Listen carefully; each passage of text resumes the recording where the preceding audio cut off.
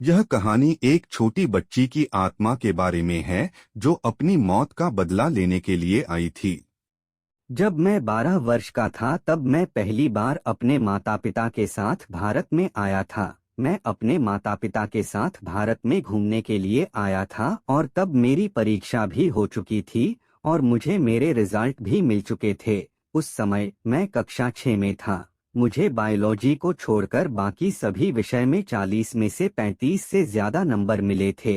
जीव विज्ञान ऐसा एकमात्र विषय था जिसके अंदर मुझे 31 नंबर मिले थे। मेरे इतने अच्छे परिणाम से मेरे माता पिता बहुत ही खुश थे। उन्होंने मुझे 5 स्टार होटल में रखने का फैसला किया था। जबकि जब भी हम हमारे देश से बाहर घूमने जाते हैं तो हम ज्यादातर समय 4 स्टार होटल में रुकते हैं। मेरे माता पिता ने ITC Royal Bengal Hotel Kolkata में रुकने की योजना बनाई थी, जो कि भारत के राष्ट्रीय संग्रहालय से सिर्फ 4.5 मील की दूरी पर था। हम होटल के कमरा नंबर 244 में रुके थे।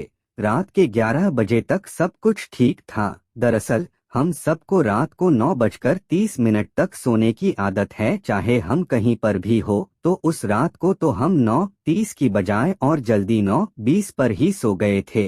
लेकिन उस रात को मैं 10:12 पर सोया था, क्योंकि मैं माइनक्राफ्ट और एक दूसरा गेम खेल रहा था जो कि अब एक बहुत ही प्रसिद्ध गेम है। लेकिन 2 अप्रैल 2018 तक वह गेम उतना लोकप्रिय नहीं था जितना कि अब है। फिर मैं अपने फोन में समय देखा तो मुझे लगा कि मेरे माता पिता मुझसे गुस्सा होंगे, क्योंकि उस समय रात के 10 बजे थे। लेकिन वे बहुत ही गहरी नींद में सो रहे थे, तो फिर मैं भी सो गया।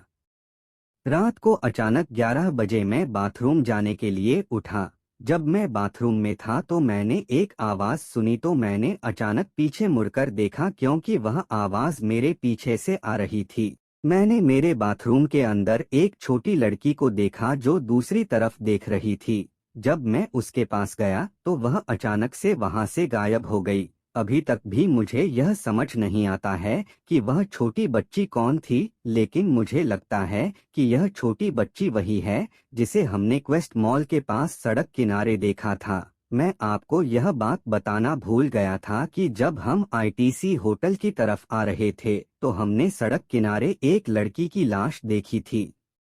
अगली सुबह जब मैं उठा तो मैंने न्यूज़ में देखा कि कल रात को 11 बजे क्वेस्ट मॉल के पास 3 लोगों की मौत हो गई थी। यह देखकर मैं बहुत डर गया था, क्योंकि मुझे यकीन था कि यह वही बच्ची है। मुझे लगता है कि वह बच्ची अपनी मौत का बदला लेने के लिए यहाँ पर आई थी।